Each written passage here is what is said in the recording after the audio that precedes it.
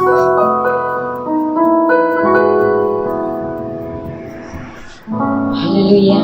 Shalom Bapak Ibu terkasih dalam Tuhan. Puji nama Tuhan. Saya percaya bahwa pagi hari ini adalah pagi yang cerah, pagi yang indah, juga suasana hati yang cerah, di mana kita rindu untuk menyenangkan hati Tuhan. Amin. Dan dalam setiap pujian di situ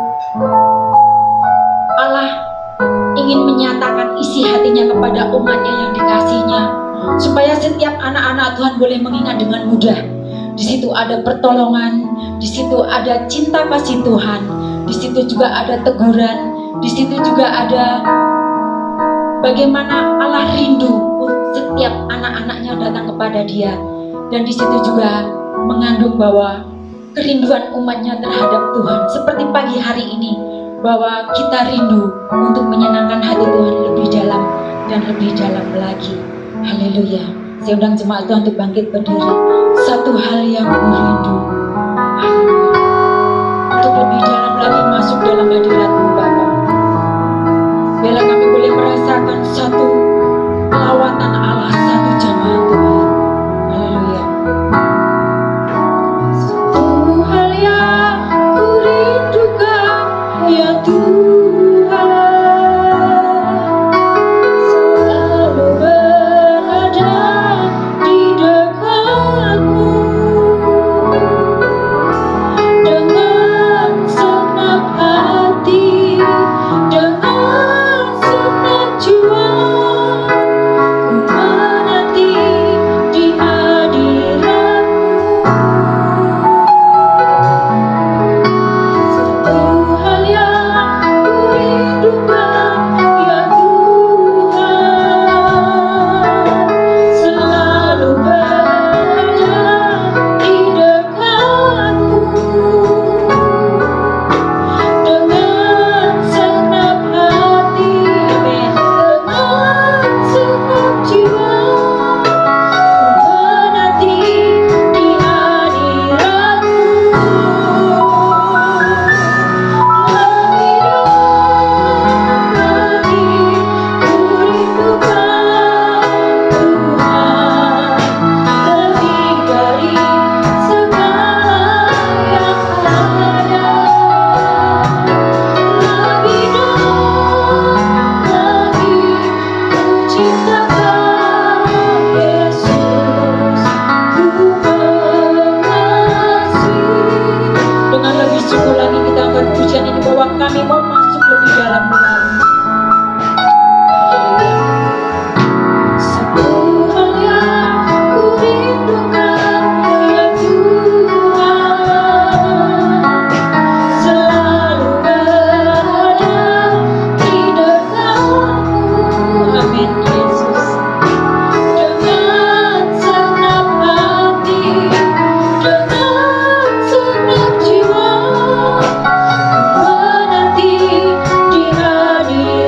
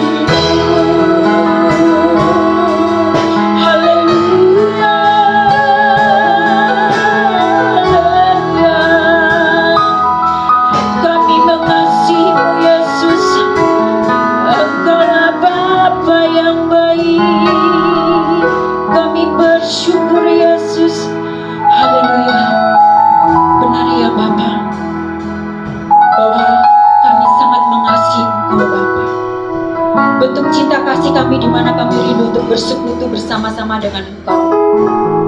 Sebagai ungkapan syukur kami kepadamu Bapa, bahwasanya Engkau adalah Allah yang baik, pemelihara jiwa kami dari waktu ke waktu. Engkau yang tidak pernah lelah untuk membimbing, menuntun langkah-langkah kami, memberikan pertolongan dalam segala waktu Bapa, memberikan perlindungan, kekuatan, dan memberikan anugerah kasih setiamu yang tidak pernah berubah, dulu, sekarang, sampai selama-lamanya. Sungguh kami bersyukur ya Bapa. Ampuni setiap pelanggaran kami, ampuni setiap dosa-dosa kami Bapa yang tidak menyenangkan hatimu. Dan pagi hari ini ya Bapa, kami rindu untuk lebih dalam lagi mengenal isi hatimu, baik melalui pujian penyembahan kami, melalui firman-Mu ya Bapa. Terima kasih Yesus, kiranya Roh Kudus Allah mengurapi setiap hati pemikiran kami. Kami menyerahkan sepenuhnya di bawah kaki-Mu Bapa. Kami menyerahkan bela otoritas Allah yang bekerja di dalam pribadi kami. Terima kasih Yesus. Haleluya, haleluya. Kita angkat pujian ini kembali. Satu hal yang ku rindu, diam di dalam bait-Mu. Satu hal yang ku rindukan ya Tuhan, selalu berada di dekat-Mu. Dengan segenap hati, dengan segenap jiwa, ku menanti di hadirat-Mu. Satu hal yang ku rindukan ya Tuhan, selalu berada di dekat-Mu. Amin Yesus. Dengan segenap hati, dengan segenap jiwa, ku menanti di hadirat-Mu. Lebih dalam lagi ku rindukan Tuhan, lebih dari segala yang ada. Lebih dalam lagi ku cintakan Yesus, ku mengasihi-Mu.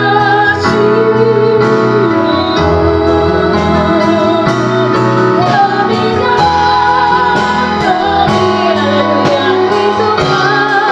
Amin Bapa. Lebih dari segala yang ada. Lebih dalam lagi ku cintakan Yesus, ku mengasihi-Mu. Lebih dalam lagi ku rindukan Tuhan, lebih dari segala yang ada. Lebih dalam lagi ku cintakan Yesus, ku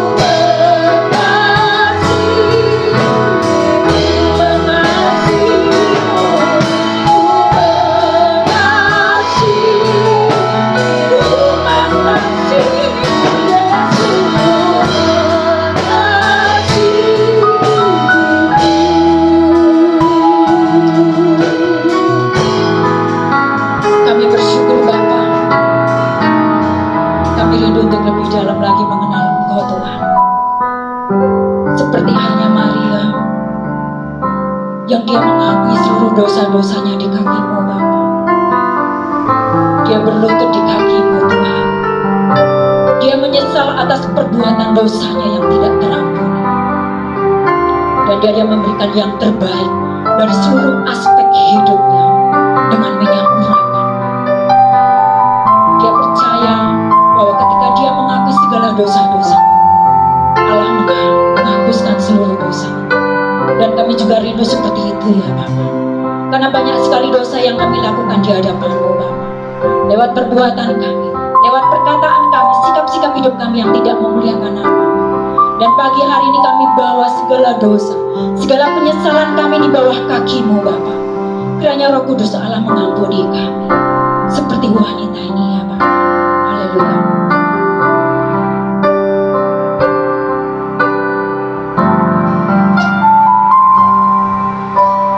Seperti wanita mengurapimu, menangis di bawah kaki-Mu.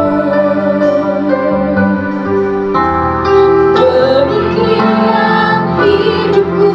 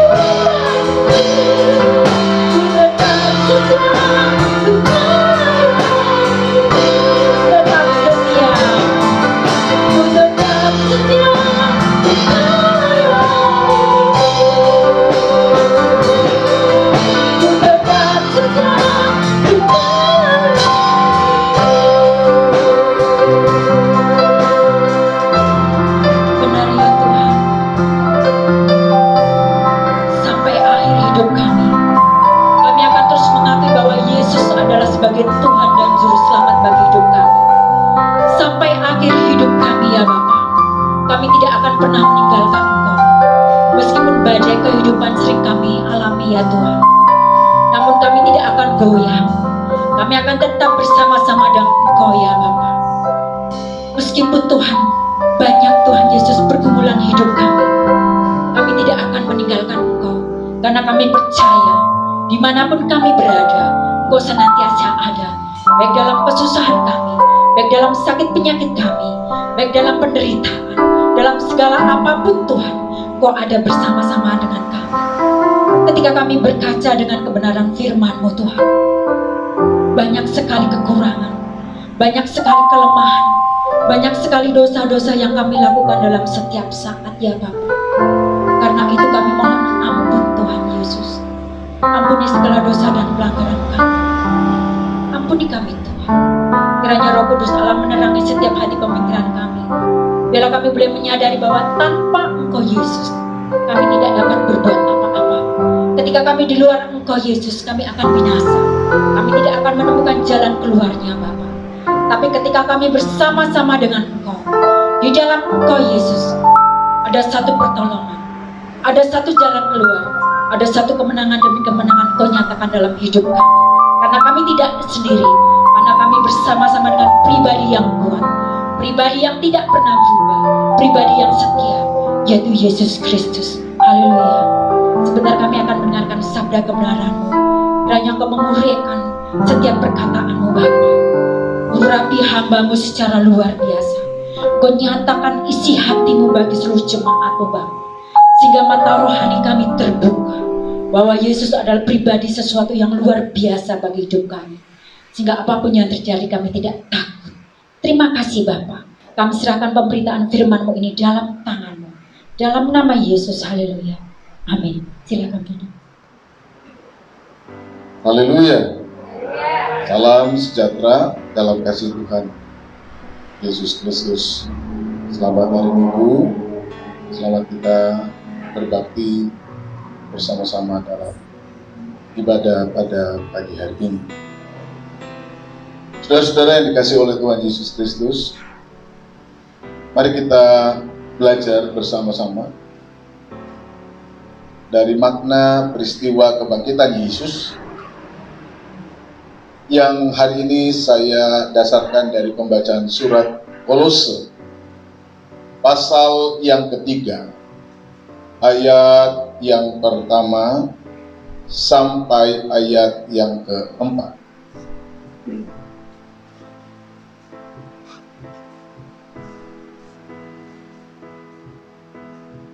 Surat Kolose pasal yang ketiga, ayat yang pertama sampai ayat yang keempat.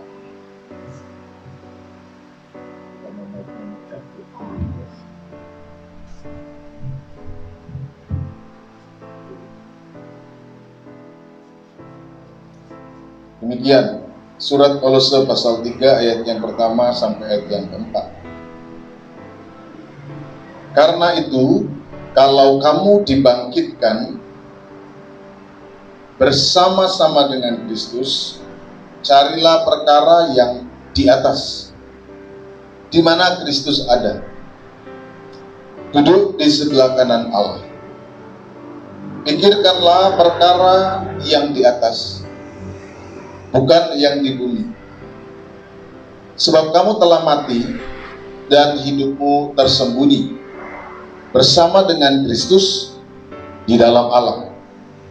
Apabila Kristus yang adalah hidup kita menyatakan diri kelak, kamu pun akan menyatakan diri bersama dengan Dia dalam kemuliaan.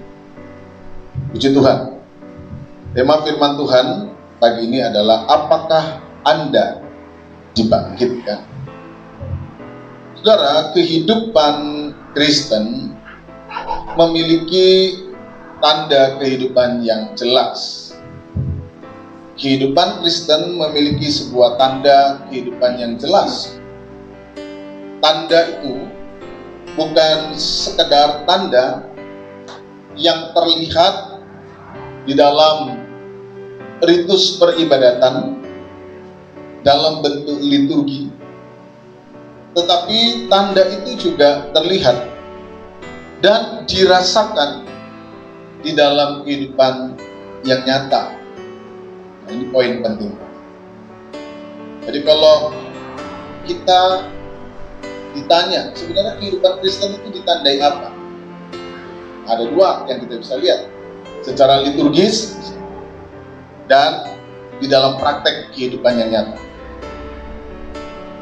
Surat Paulus kepada jemaat di Kolose ini ditujukan kepada sekelompok orang Kristen, sekelompok orang percaya yang sekalipun bukan merupakan hasil tangan atau buah pelayanan Rasul Paulus, namun Rasul Paulus memiliki andil di dalam pertumbuhan kehidupan iman jemaat di Kolose. Rasul Paulus menyampaikan kepada orang-orang ini bahwa kehidupan kekristenan itu punya tanda kehidupan yang jelas, ciri kehidupan yang jelas, yang harus terlihat secara konsisten di dalam kehidupan orang-orang yang mengaku kehidupannya adalah pengikut Kristus. Tanda kehidupan kekristenan yang ingin Paulus tekankan ini berpusat kepada Kristus. Tanda kehidupan kekristenan yang ingin disampaikan oleh Rasul Paulus kepada jemaat ini berpusat kepada pengakuan dan keyakinan dari pelayanan Tuhan Yesus Kristus, yaitu bahwa tanda tersebut terlihat di dalam apa yang kemudian dipahami sebagai pengalaman kematian dan pengalaman kebangkitan Kristus. Nah ini, jadi ciri kekristenan itu dinyatakan di dalam sebuah tanda kehidupan yang mengalami apa yang disebut dengan pengalaman kematian dan kebangkitan Kristus, yang di dalam ritus peribadatan terlihat dalam baptisan. Mereka tanda. Ketika orang dibaptis, orang mengatakan bahwa saya sudah mengalami kehidupan baru.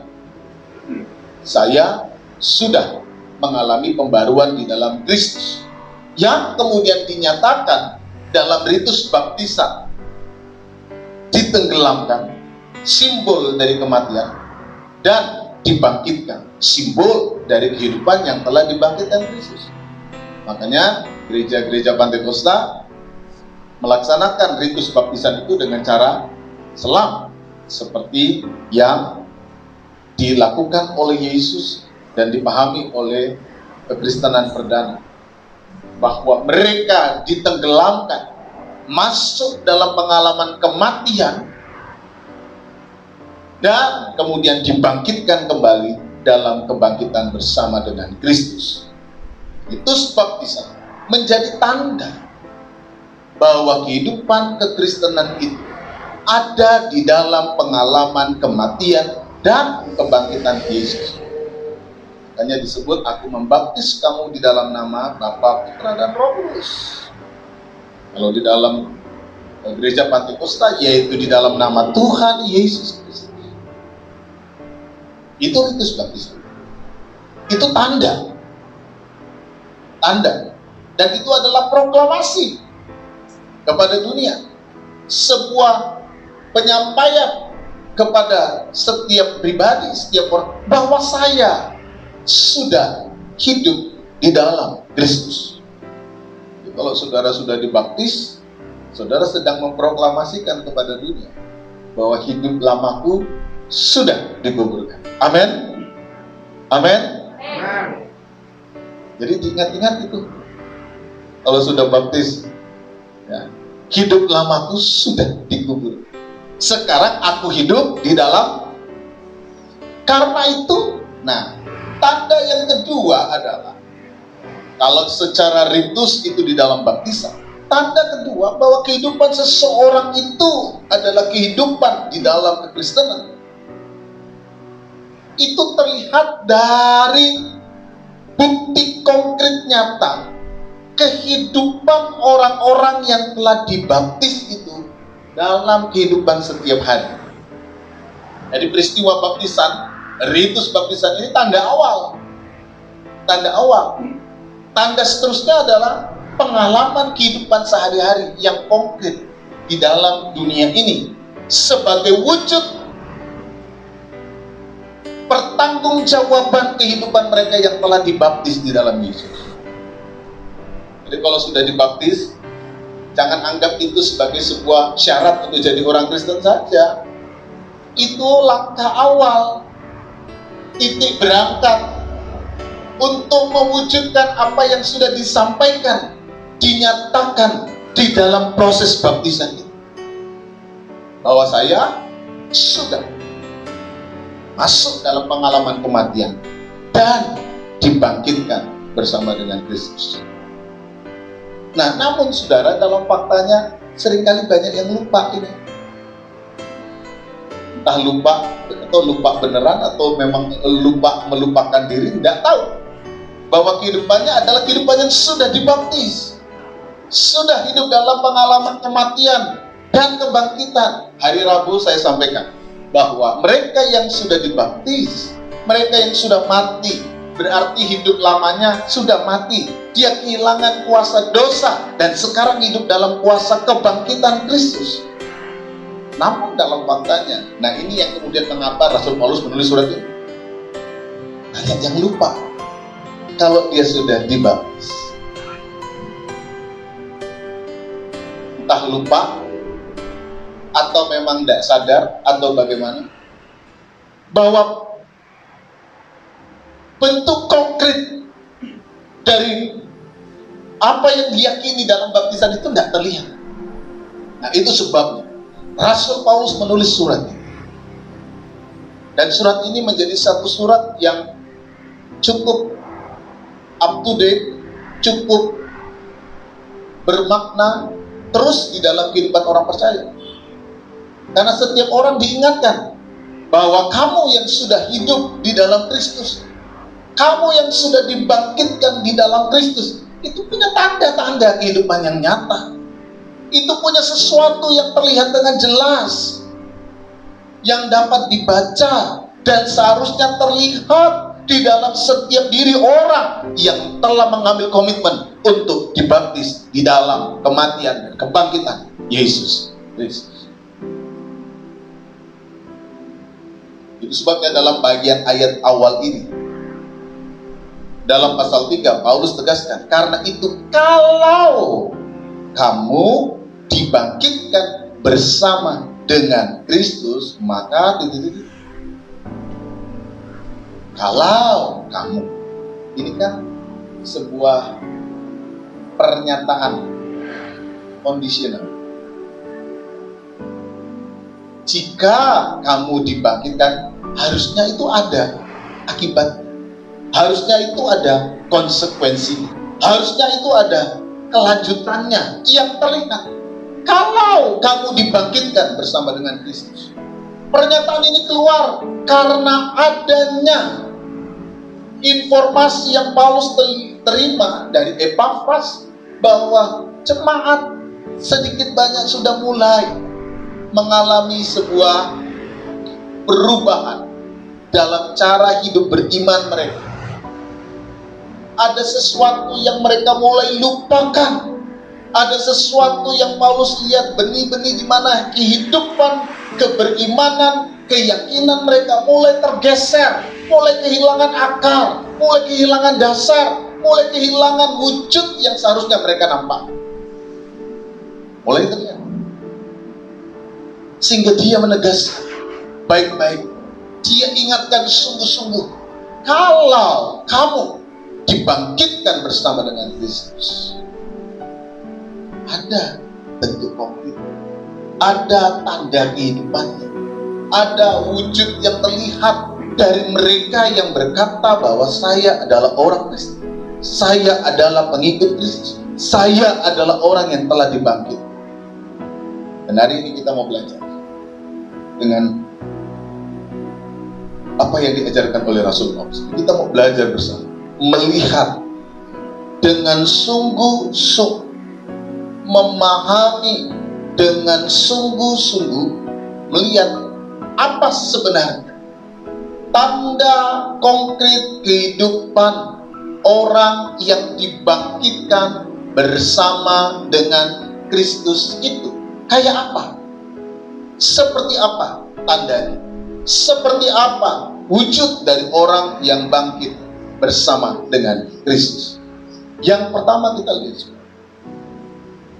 Rasul Paulus menegaskan bahwa mereka yang telah dibangkitkan bersama dengan Kristus, kalau kamu telah dibangkitkan bersama dengan Kristus, maka kamu akan mencari perkara yang di atas, di mana Kristus ada, duduk di sebelah kanan Allah. Kamu akan mencari perkara-perkara yang di atas. Kamu akan mengusahakan perkara-perkara yang di atas itu. Saudara lihat ayat 1. Karena itu kalau kamu dibangkitkan bersama dengan Kristus, carilah perkara di atas, di mana Kristus ada. Carilah perkara yang di atas, di mana Kristus ada. Nah, saudara jangan salah kemudian memahami hal-hal ini. Ketika Rasul Paulus mempertentangkan perkara di atas dan perkara di bumi, carilah perkara di atas, carilah perkara di bumi. Namun pernyataan ini saya kira sejalan dengan apa yang Yesus katakan, carilah dahulu kerajaan Allah dan kebenarannya. Sebab kalau kita salah berpikir, nanti kita juga bingung untuk memahami ayatnya. Lah saya tinggal di bumi, lalu saya tidak cari hal-hal yang ada di bumi ini, lalu saya mau apa? Atau kalau saya di bumi suruh cari perkara di atas, itu apa saya perlu naik ke tingkat ke-7, langit ke-7? Atau kayak apa? Nah, kan muncul pertanyaan. Carilah perkara di atas. Yang kayak apa itu? Ya saya di bumi, saya ada di dunia, saya butuh makan, saya butuh hidup, saya berkeluarga, saya bersosial, saya berinteraksi dengan orang. Bagaimana saya harus memahami pernyataan Rasul Paulus, carilah perkara yang di atas, bukan yang di bumi. Perkara di mana Kristus ada, Kristus berdiam. Saudara, di dalam dunia kuno memang ada sebuah pemahaman yang memisahkan dunia atas dan dunia bawah. Dunia atas itu berkaitan dengan persoalan-persoalan yang bersifat kekal. Dunia bawah itu berkaitan dengan hal-hal yang sementara, fana. Tetapi saudara, Paulus dengan jelas mengkaitkan bahwa dunia atas ini adalah di mana Kristus ada. Di mana Kristus ada. Itu berarti bahwa dunia atas ini ada. Dunia perkara yang perlu dicari, perkara-perkara yang berhubungan dengan Kristus dan kehendaknya. Makanya saya yakin bahwa ini adalah bagian di mana Paulus menegaskan kembali pernyataan-pernyataan Tuhan Yesus. Carilah dahulu kerajaan Allah dan kebenaran. Sehingga kemudian kita bisa memahami bahwa gagasan perkara di atas adalah perkara-perkara yang berkaitan dengan Tuhan dan kehendaknya, termasuk kehendaknya terhadap saudara, terhadap umat manusia di muka bumi ini. Perkara di atas itu perkara Tuhan, perkara Allah, perkara kehendak Allah, perkara yang berhubungan dengan nilai-nilai kerajaan Allah, nilai-nilai Kristus yang Tuhan mau agar kita wujudkan di bumi ini. Sementara perkara di bumi yang dimaksud adalah perkara-perkara duniawi yang berbeda dengan kehendak Kristus. Saya kira sampai di sini kita jelas posisinya ya, bahwa kehendak perkara di atas itu bukan berarti kemudian saudara mencari perkara yang mengawang-awang yang tidak jelas, yang kayak apa? Atau mungkin kalau kita terlalu sangat rohani berpikirnya sehingga kemudian ya yang rohani saja, nggak usah kerja, nggak usah cari uang, doa aja terus. Ya tidak begitu juga maksudnya. Tetapi yang kita pahami di sini adalah bahwa seluruh kehendak Kristus terhadap diri kita itu yang perlu kita cari. Makanya saya setuju bahwa gagasan ini adalah bagian dari usaha Paulus untuk menegaskan kembali kehendak Kristus. Cari dahulu kerajaan Allah, termasuk untuk hidupmu, termasuk untuk pekerjaanmu, termasuk untuk keluargamu, termasuk untuk masyarakatmu, termasuk untuk kehidupan peribadatanmu, termasuk untuk hidup spiritualitasmu, termasuk untuk hidupmu bersama di bumi ini. Sehingga kemudian kita bisa meyakini bahwa Tuhan tidak bermaksud membuat kita ini jadi orang yang terasing dari dunia. Ada di dalam dunia, memperbaharui kehidupan dunia, menjadi saksi di dalam dunia. Maka kita pun ingat dengan doa Tuhan Yesus, jadilah kehendakmu di bumi seperti yang ada di dalam surga. Jadi seluruh kekayaan nilai surga itu yang mau Tuhan taruh, diterapkan, dihidupkan di dunia ini. Kan itu maksud doa itu. Jadilah kehendakmu di bumi ini seperti di surga. Apa yang ada di dunia ini, Yesus ingin wujudkan seperti apa yang ada di surga. Makanya dia datang dari surga ke bumi agar kehidupan kita ini dipulihkan kembali. Jadi jelas maksudnya. Perkara di atas lalu bukan kemudian saudara jadi orang aneh atau jadi orang asli, jadi orang yang tidak peduli dengan duniamu, bukan begitu ya. Tetapi yang dimaksud adalah bagaimana kehendak Kristus, kekayaan surga, nilai-nilai kerajaan Allah muncul dalam rumah kita, muncul dalam keluarga, muncul dalam kehidupan bersama, muncul dalam interaksi sosial, muncul dalam hidup bernegara. Nilai kerajaan surga, nilai Kristus itu nyata. Ada pengampunan, ada keadilan, ada kejujuran, ada kebenaran, ada kasih, ada sukacita, ada damai sejahtera. Kan ini yang Tuhan mau sebenarnya. Dan inilah sebenarnya tujuan dari karya Kristus di dunia. Mengapa dia sembuhkan orang? Mengapa dia sembuhkan orang kusta? Agar hubungan sosialnya kembali terjalin, agar fisiknya disembuhkan, agar rohaninya boleh dipulihkan. Misalnya, karena orang kusta itu kan tidak boleh ketemu orang, berarti hubungan sosialnya putus dong. Makanya kalau ada orang kusta pada zaman itu, orang akan teriak, najis, najis. Dia akan teriak, najis, najis, supaya orang jangan dekat dia. Karena orang pegang dia, nanti dia jadi najis. Jadi dia, najis, najis. Berarti dia sudah tidak berhubungan lagi dengan orang. Mau ibadah boleh nggak orang seperti ini? Pada waktu, nggak boleh. Hubungan rohaninya terputus. Mentalnya, ya rusak loh. Orang sudah lihat apa dia? Jelek. Udah orang ini makanya disingkirkan di luar kota. Harga dirinya rusak. Jadi ketika Yesus misalnya memulihkan, menyembuhkan, semuanya dipulihkan.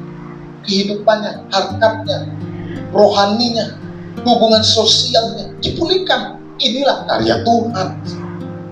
Inilah perkara di atas, bukan perkara-perkara yang hanya di bumi ini.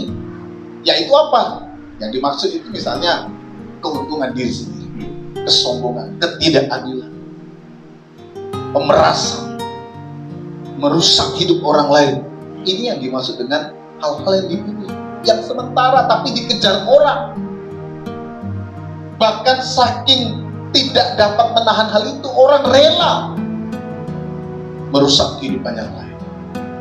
Orang rela merusak kehidupan orang lain. Orang rela menghilangkan damai sejahtera orang lain hanya untuk hal yang sementara. Nah, ini perkara di bumi ini. Sehingga saudara kita jelas memahami, Yesus ingin menegaskan bahwa jika kamu dibangkitkan bersama dengan Kristus, maka carilah orientasimu itu perkara di atas kalau kau bekerja. Orientasimu itu perkara di atas kalau kau berumah tangga. Orientasimu itu perkara di atas kalau kau hidup bersama. Orientasimu itu di atas kalau kau hidup berhubungan dengan orang lain.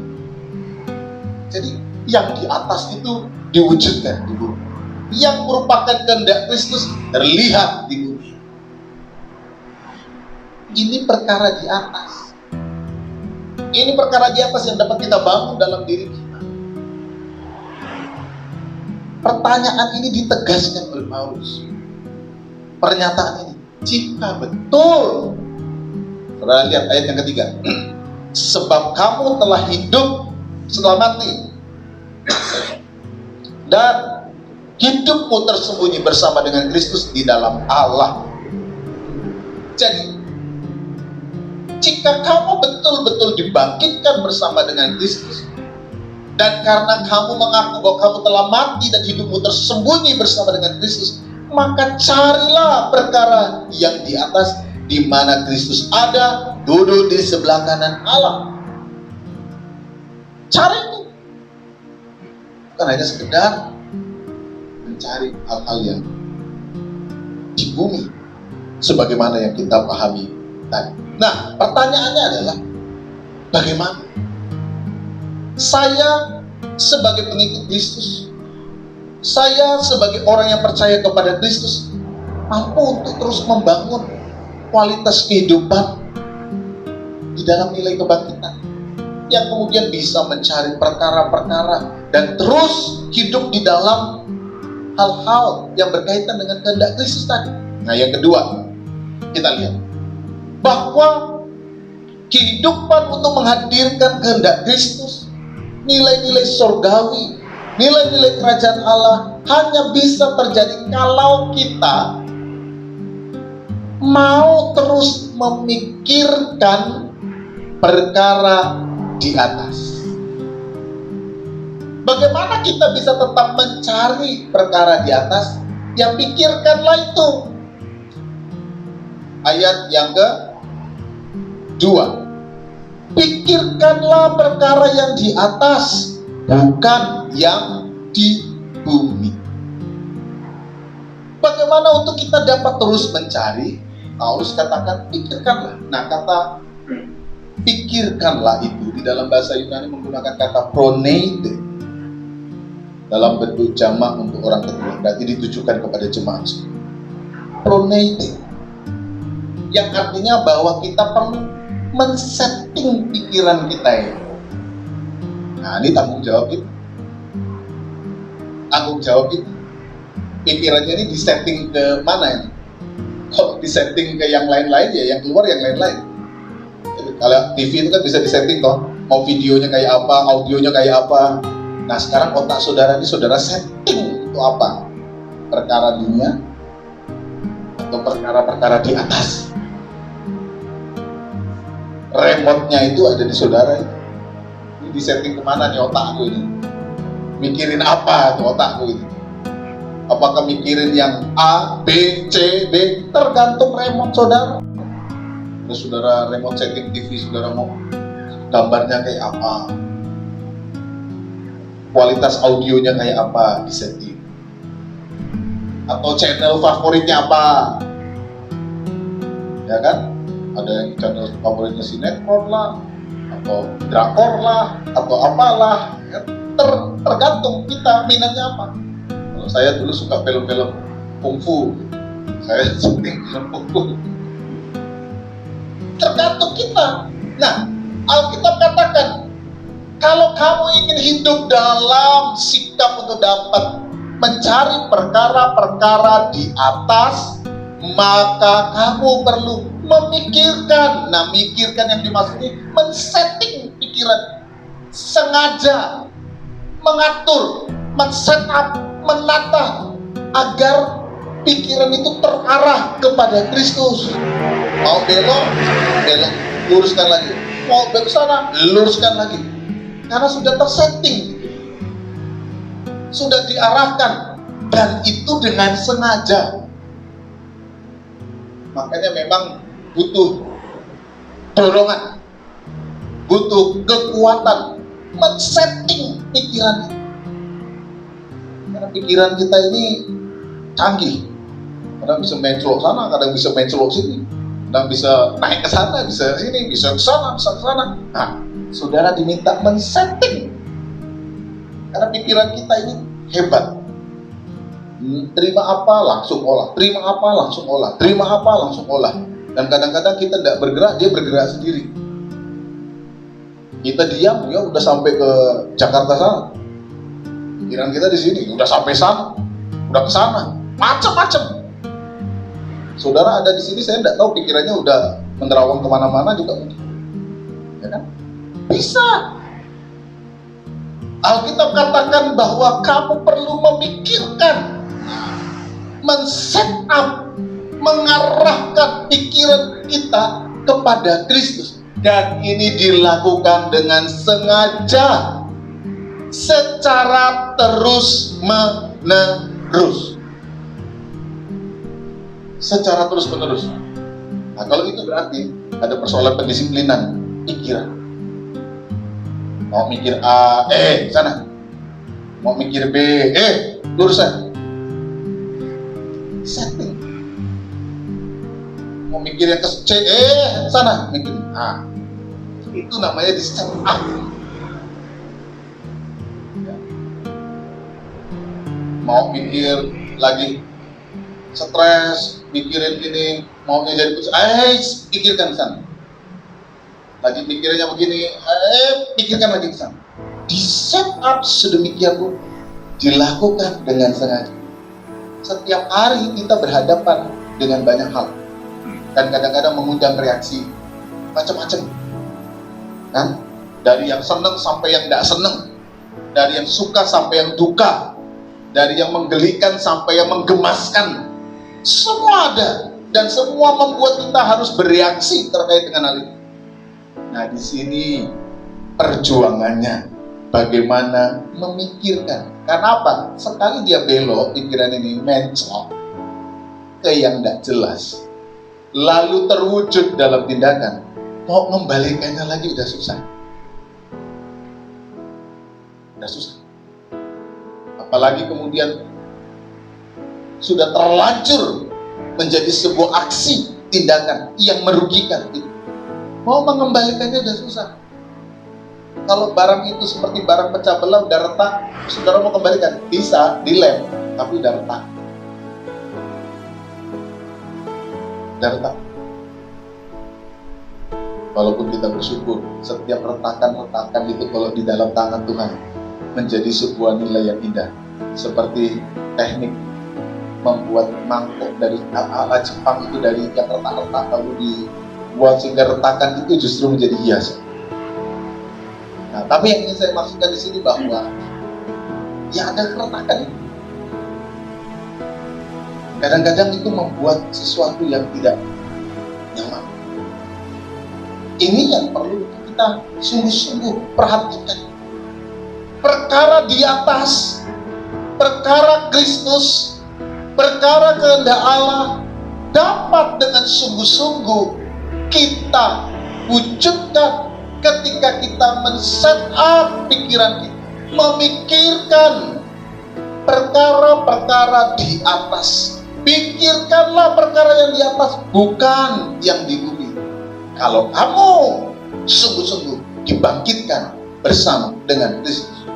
Dan ini harus dilakukan terus-menerus. Sebab kata proneite itu dalam bentuk present indicator, sesuatu yang terus-menerus. Dan itu sejalan dengan apa yang dikatakan dalam Kolose 3 ayat 10, ayat yang ke-10 dari pasal ini.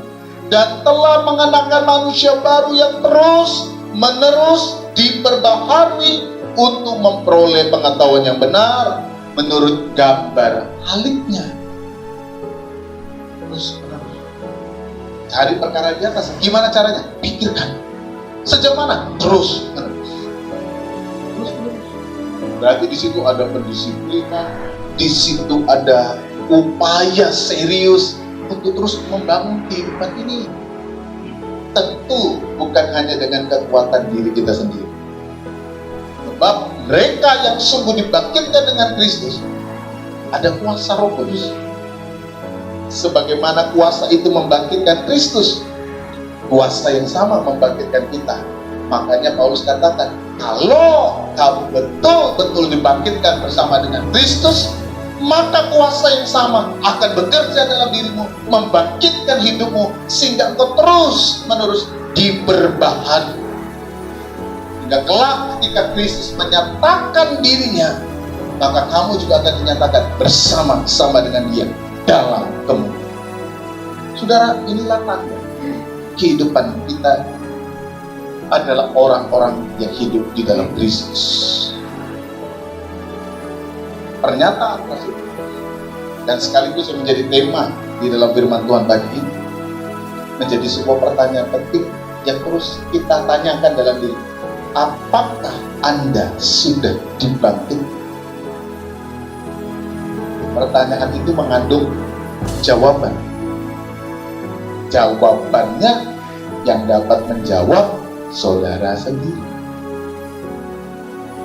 Apa buktinya saya dibangkitkan? Nah, tanda-tanda kehidupan itu nyata. Perkara di atas. Silakan diterjemahkan perkara di atas doang. Kehendak Allah, kehendak Kristus, nilai-nilai kerajaan Allah. Silakan terjemahkan. Itu kalau di dalam keluarga tuh nilai-nilai kerajaan Allah tuh kayak apa? Itu kalau di dalam pekerjaan tuh nilai-nilai kerajaan Allah tuh kayak apa? Itu kalau di dalam pelayanan nilai-nilai kerajaan Allah tuh kayak apa? Itu kalau di dalam pekerjaan kayak apa? Itu kalau dalam hidup bersama kayak apa? Silakan saudara terjemahkan sendiri.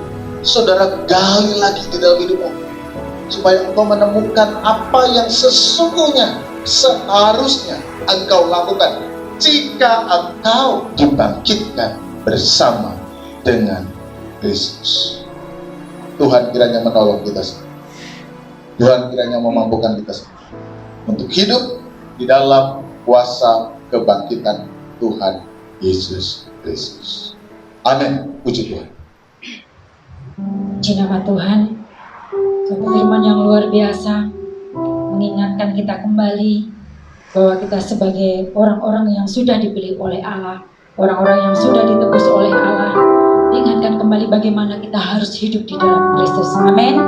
Puji nama Tuhan. Saya undang jemaat Tuhan untuk bangkit berdiri, bahwa Tuhan kita Allah yang sempurna, memiliki satu rencana, satu rancangan yang luar biasa atas hidup kita. Haleluya.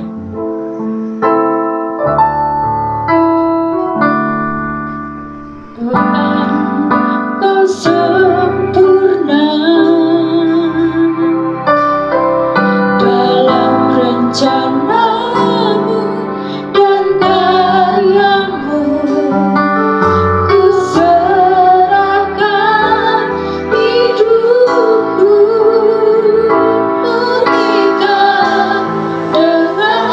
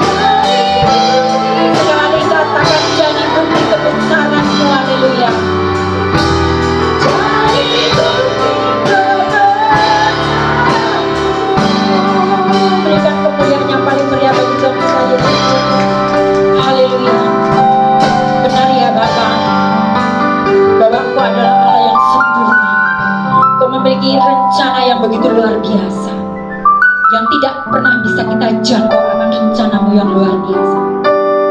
Karena pemikiran dan keterbatasan akan pemikiran kami, kekuatan kami, langkah-langkah kami yang terbatas Bapa, sehingga kami tidak bisa menjangkau akan setiap pemikiran-Mu. Tapi kami percaya bahwa rencana Allah, pemikiran Allah adalah sesuatu yang luar biasa, jauh lebih besar dari apa yang kita pikirkan. Sungguh kami bersyukur Bapa. Terima kasih Kau mengingatkan kembali kami sebagai umat pilihan-Mu, umat yang telah Engkau tebus dari dosa. Bagaimana kami harus hidup di dalam dunia ini Tuhan, untuk menjadi saksi-Mu, supaya kami boleh memikirkan perkara-perkara yang di atas itu. Boleh kami nyatakan, boleh kami terapkan di dalam dunia ini, sehingga dunia boleh melihat bahwa kami boleh menjadi anak-anak terang sebagai saksi Kristus dimanapun kami berada, baik di dalam keluarga, di dalam masyarakat, di dalam gereja, di dalam kami berbangsa dan bernegara, dimanapun kami berada Bapa, sehingga sukacita Allah, terang Kristus itu nyata di dalam setiap aspek kehidupan anak-anak Tuhan. Kami sungguh bersyukur ya Bapa, ketika kami memikirkan perkara yang di atas, kami percaya setiap langkah-langkah kami ada kuasa Allah, ada mujizat-mujizat boleh terjadi yang tidak pernah kami pikirkan. Terima kasih ya Bapa, Kau memberkati hamba-Mu yang sudah menyampaikan kebenaran firman-Mu. Kau pakai lebih luar biasa lagi. Kiranya Roh Kudus Allah membukakan lebih luar biasa lagi untuk menyingkapkan setiap kebenaran firman-Mu, sehingga seluruh umat-Mu boleh diterangi oleh firman-Mu, sehingga kami tidak lagi menjadi orang-orang yang degil, bukan lagi menjadi orang-orang yang kerdil akan kebenaran firman-Mu, namun kami boleh mengerti lebih dalam lagi, lebih luas lagi, sehingga kami boleh mengerti isi hati Tuhan yang akan dinyatakan bagi setiap orang yang mau diperbaharui, mau diubahkan dan mau menjadi saksi-saksi Kristus. Terima kasih ya Bapa. Tuhan, sebentar kami akan memberikan persembahan. Kiranya persembahan kami biarlah boleh juga menjadi dupa yang harum di hadapan-Mu. Serba apa yang kami berikan Tuhan tidak sebanding dengan apa yang sudah Engkau curahkan dalam kehidupan kami. Kiranya itu boleh berkenan di hadapan-Mu. Terima kasih Yesus untuk memberkati hamba-Mu yang akan membawakan kantong kolekta dengan kemuliaan nama-Mu. Dalam nama Yesus, haleluya, amin. Silakan duduk, haleluya. Kita akan memberikan persembahan kita, bahwa apa yang tidak pernah kita lihat, tidak pernah dilihat mata, Tuhan akan memberikannya.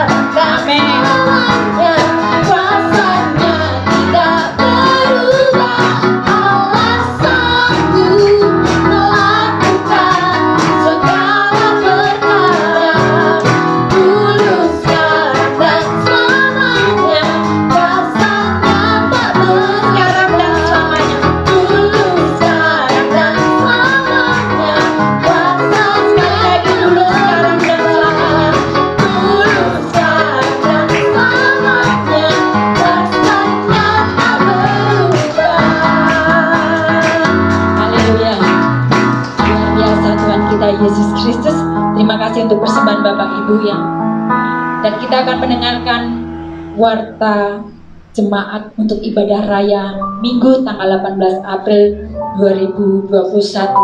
Sebagai pemimpin pujian adalah Saudara Daniel, singernya Saudari Glory, LCD Saudari Esther, cek suhu Saudari Friska, musik seperti biasa Bapak Gembala, Bapak Franz, Saudari Riko, dan Saudara Mabu. Juga untuk persembahan Ibu Wanti. Dan ada pengumuman tambahan, Senin tanggal 12 April 2021, ibadah peringatan 100 hari almarhum Bapak Solatin bertempat di Ibu Solatin jam 16.30. Jadi keluarga Ibu Solatin mengundang kita semua datang ke rumahnya pada hari Senin tanggal 12 April 2021 untuk memperingati 100 hari Bapak Solatin. Terima kasih untuk undangannya Ibu. Haleluya. Demikian pengumuman gereja sepanjang minggu ini. Kita akan menutup ibadah pada hari ini. Saya undang jemaat untuk bangkit berdiri. Kita akan mengangkat satu pujian terima kasih.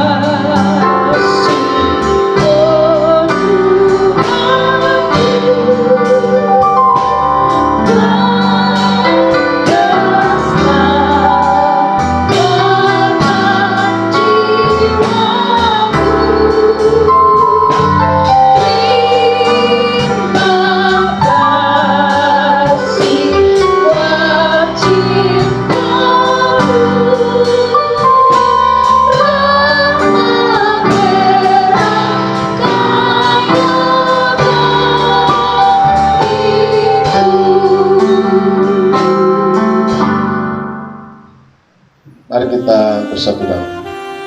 Bapa, di dalam nama Tuhan Yesus, kami bersyukur, berterima kasih buat kebaikan-Mu dalam hidup kami, sehingga kami dapat beribadah, memuji, memuliakan nama. Kami bersyukur buat waktu, buat kesempatan yang baik untuk kami dapat beribadah pada pagi hari ini. Tuhan, biarlah setiap pujian, penyembahan sudah kami naikkan kepada, boleh Kau terima menjadi dupa yang berbau harum di hadapan Tuhan. Biar setiap jemaat diberkati. Mereka melihat kuasa Allah turun, menyapa, menolong, membimbing hidup mereka sendiri. Terima kasih Bapa, terima kasih Tuhan.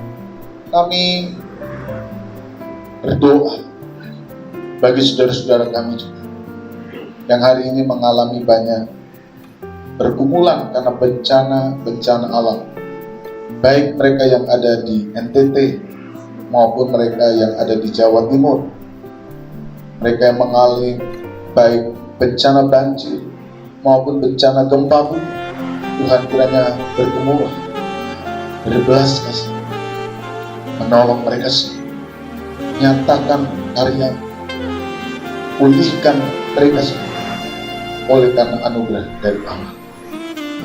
Biarlah Tuhan juga menggerakkan banyak orang untuk mendukung bagi pemulihan daerah-daerah. Kami berdoa juga Tuhan bagi kehidupan kami di sepanjang minggu yang akan kami jalani.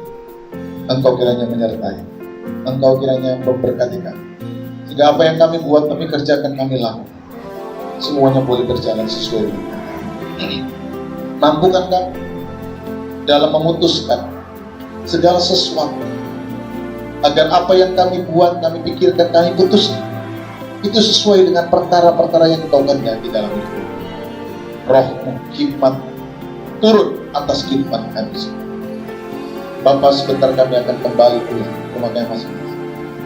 Mari Engkau pimpin dan sertai. Tuntunlah kami dalam perjalanan. Tibakan kami di rumah kami masing-masing. Anak-anak-Mu yang mengikuti ibadah ini di rumah, Engkau juga yang memberkati.